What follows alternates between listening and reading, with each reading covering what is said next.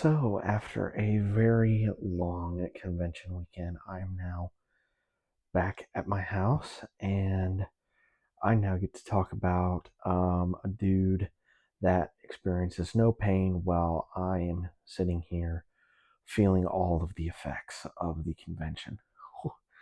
It has been a long weekend and I have to go to work tomorrow, so yay me. Hey guys, what's going on? It's Daniel Strunk from Quick Time Reactions, and the final movie that I got to see over my convention weekend was Novocaine. This is the movie that, of course, stars Jack Quaid, Amber Midthunder, and Jacob Batalon, as well as a host of other people. And it tells the story about a guy by the name of Nathan Kane. And, he just seems like, an ordinary guy, but he has this one condition where he can't really feel a lot of pain. He can't feel any pain. And so when a woman that he works with gets kidnapped by bank robbers, he takes it upon himself to use his condition to try and save the woman that he has fallen in love with. Now, I found this to be a very interesting concept for a movie. I actually did not know that this disease was a real thing, but apparently it is a real thing, and I actually find it very interesting that they were able to use this real life disease and not necessarily a disease, it's more of a genetic disorder than anything else. They put this genetic disorder and made it a really, I wouldn't necessarily say cool, but it's a very interesting thing to have, but also could be seen as like a bit of a hindrance. Like Nathan even says in the movie, like that's why he can't eat solid foods, is because he might bite his tongue off and he wouldn't notice. He also talked about a story of like how he stepped on a nail and they only figured it out was when his mom took his shoes off and the shoe was full of blood. So it's kind of a double-edged coin there, or double-sided coin, where like there is some merits, but there's a lot more negatives than probably merits. um, but other than that, I want to talk about the two leads. Jack Quaid, of course, this is absolutely incredible. He's absolutely amazing in everything that he's in. And Amber Midthunder, I just talked about her in Opus and how she was really good and really creepy in that. And here, she actually seems like kind of a chill person, yeah, that you want to hang out with, and you want to be your girlfriend.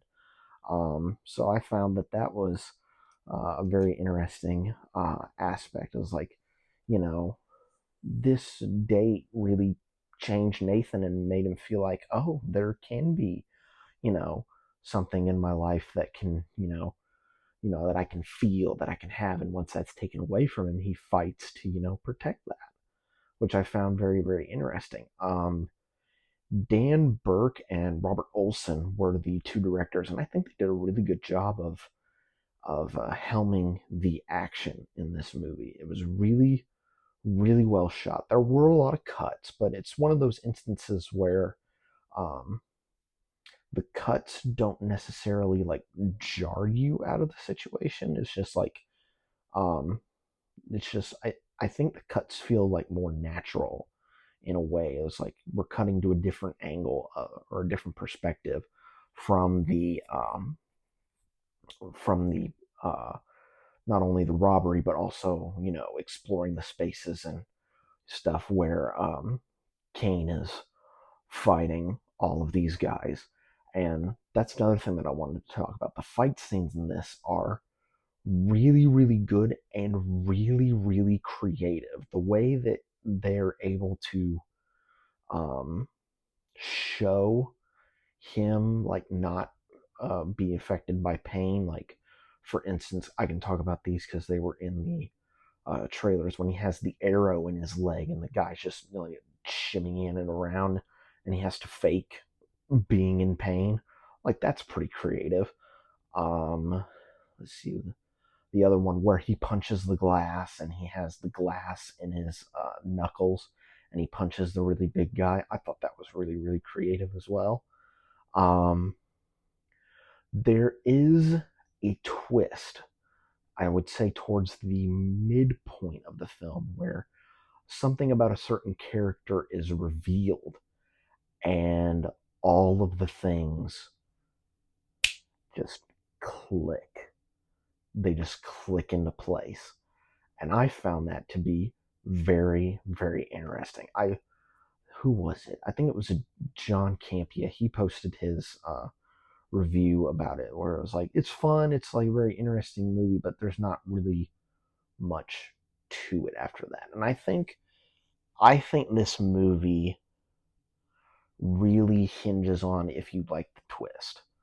Um, I really dug the twist, and I think it just made all the sense in the world as to how these robbers are able to infiltrate these banks over and over and over again and not necessarily get caught. And I found that to be very, very interesting. Like, you can also, like, you can buy into the action, you can buy into their romance, but I think once that twist happens, I think it might either lose people or it may gain people. I don't know. That may be the feeling that I have, but it's really up to you and how you experience this movie. Um, but yeah, I would have to say Novocaine is a really, really, really fun time. Oh, and I also need to say Lauren Balfe also did the score for this movie, and the score is like really, really good in this movie. And no wonder it's Lauren Balfe. Like, he does absolutely amazing scores. But yeah, performances from everybody was really, really good. Oh, also another thing that I did not know. I'm wrapping this up, and I have more stuff to talk about. Another thing that I didn't know about: Jack Nicholson's son, Ray Nicholson. He was just in Smile 2, and he's now in this movie. And I just find that absolutely really cool that he's been able to get more work after he terrified me in Smile 2. He's now terrifying me in a completely different way. So, you know, man has different ranges of terrifying people. So, that's a good thing. So, yeah, all the performances are really, really good. The action is really, really well shot and well helmed. Directing was really, really good. I think the edit was really good as well. Score, like I said, is really, really good. This is just a really fun movie. Just a really fun time in the theater. I highly recommend checking it out, and checking it out hopefully with a lot of people in the theater, because this is the type of movie that deserves to have a lot of people in the theater. But yeah, that's pretty much it. That's pretty much the end of my uh, convention weekend, and we'll be back to kind of semi-regular programming. Of course, look forward to another Daredevil review coming out in the week, and also, yes, I am going to review it. I am going to review the live-action Snow White movie that will be coming out later this week. So I'm already bracing for the dislikes on it because I know it's going to happen. But until those come out, guys, I'll catch you later.